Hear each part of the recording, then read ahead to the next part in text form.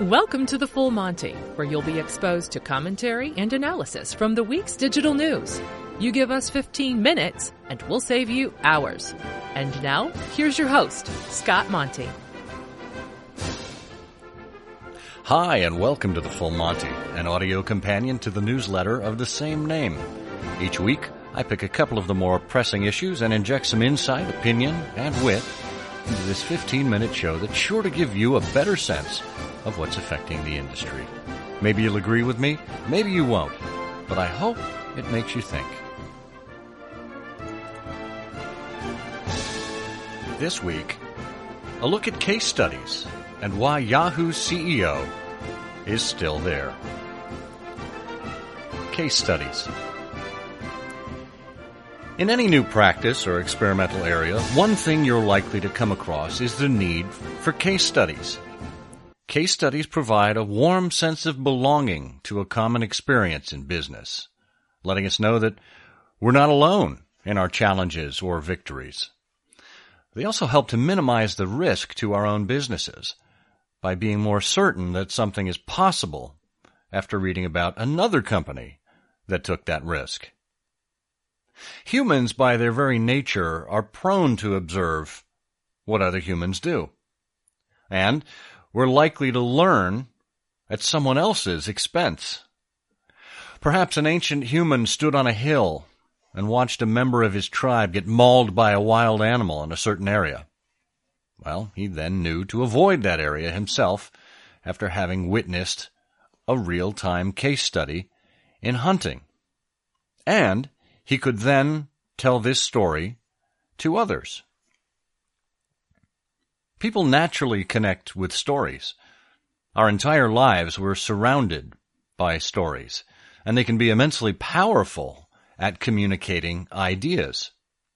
If we want to communicate facts or information, then stories are a powerful lesson to do so. At your company, you don't need fiction. You have daily examples of employees doing amazing things, or of activities taking place at your locations, or having interactions with customers. As storytellers, as case study creators, we should always seek out true narratives which are both entertaining and reveal something about the spirit of whatever it is that our company provides. A good case study can provide something specific about a niche within your industry, and then can set up your company as an authority, or even as a thought leader. It provides information about how a problem is solved, and that potentially leads to more business for you.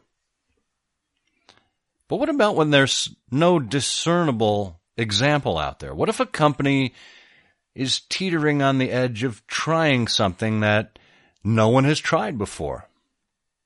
What's the solution then? I actually had this very situation presented to me early in my career.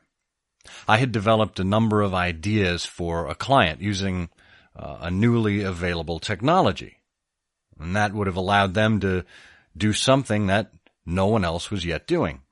It was groundbreaking, a first-to-market opportunity. Now, what did the client say? Do you have a case study that you can show us? I said, a case study? This is brand new technology. No one's ever done anything like it.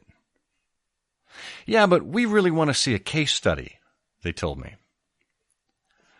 Well, you'd be the first, a real trendsetter. You'd be admired in the industry.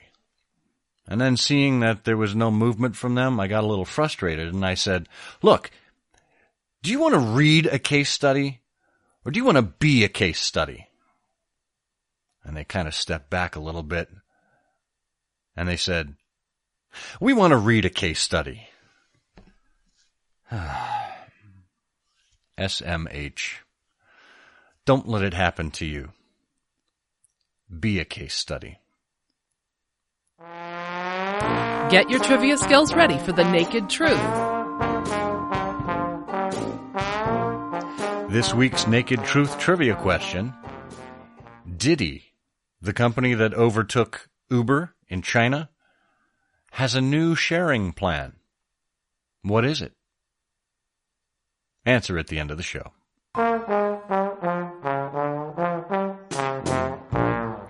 And now, page 2. The Last Straw. Or, My Baloney Has a Second Name. It's Mayer. Have you been following the Yahoo saga? In fairness, it's been going on for about 20 years, but the last 4 under Marissa Mayer have been particularly fulsome. I covered much of the early history right through the Verizon purchase in episode 5 of the Full Monty. Maybe you want to go back and listen to that one for the full history. Myers made some big bets with the company's assets, including the $640 million purchase of Brightroll and the $1.1 billion acquisition of Tumblr. And in case you were following, the Tumblr purchase was written down twice to the tune of $710 million. Myers' focus has been on the so-called Mavens, Mavens, an acronym for Mobile, Video, Native, and Social, said to be the key to Yahoo's future at one point, against which everything was balanced. However, it was never broken out as a separate business unit and was subsumed into everything else that the company did. The laudable intention was to simplify Yahoo, but functionally, nothing was changed. One thing that did change was Yahoo's work-from-home policy. Mayer very quickly eliminated that and thus alienated a huge group of employees, many of whom were working mothers. She didn't do herself any favors when she had a nursery installed in her office so she could return to work after only 2 weeks of maternity leave. And not every employee had that option. So, we come to the part of our story where Verizon purchased the core assets of Yahoo for $4.8 billion. Happy ending, right? Well, not so fast. Since that time, a few things have surfaced. Namely, Yahoo secretly scanned all incoming emails of its users on behalf of U.S. intelligence in what's said to have been the largest and most comprehensive operation of its kind. I guess the good news is that Yahoo Mail users' accounts are mostly jokes that are incessantly forwarded to users' kids.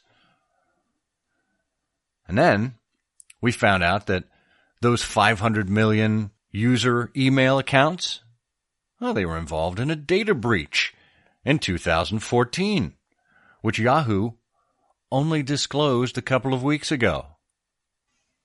And now insiders say that security took a back seat to Marissa Mayer's other priorities, as she denied additional funding to the security team and didn't want a massive password reset or a warning message sent to Yahoo's users. After this news, Verizon asked for a $1 billion discount on the sales price. Rightfully so. And now we find that late last week, news came in that Marissa Mayer actually discriminated against male employees, allegedly, based on their gender. Any one of these things would seem to be a dereliction of duty. Put them all together, it's pretty significant. And Yahoo's board, historically ineffectual, still doesn't seem to be concerned about Mayer's fitness to lead, nor do they particularly have a sense of urgency about things. Well, as I typically include a poem in each episode of the Full Monty, I've decided to dedicate this one to Yahoo's current CEO and the lack of urgency from its board. It's called Marissa A. Mayer, Will You Please Go Now? The time has come. The time is now. Just go, go, go. I don't care how. You can go by foot. You can go by cow. Marissa A. Mayer, will you please go now? You can go on skates. You can go on skis. You can go in a hat, but please go, please. You can go on a bike. You can go on a purple bike if you like. You can wander and blink and aviate too. Just go, go, go. Please do, do, do. Marissa A. Mayer, I don't care how. Marissa A. Mayer, will you please go now? You can go on stilts. You can go by fish. You can go in a tumbler if you wish. If you wish, you may go by Yahoo Mail. Just scan yourself and leave Sunnydale. Marissa A. Mayer, don't you know the time has come to go, go, go. Get on your way. Please, Marissa A. You might like going in a flicker way. You can go by neglect or lack of sense. You can go by incompetence. You can go by lawsuit or jet. I don't care how you go, just get. Get yourself some ravens. Fly away with your mavens. Marissa, Marissa, will you leave this room? Marissa A. Mayer, I don't care how. Marissa A. Mayer, will you please go now? I said go, and go I meant. The time had come. So, Marissa went. We asked you what Diddy's new sharing economy plan is. Well, Diddy plans to launch a bike-sharing service in the near future in China. If you have an editorial you'd like us to read on the show, please get in touch with us at fullmontyshow@scottmonty.com. And if you've enjoyed this series, please consider becoming a patron and show your support at patreon.com/ScottMonty. And please consider leaving a rating or review for us on iTunes.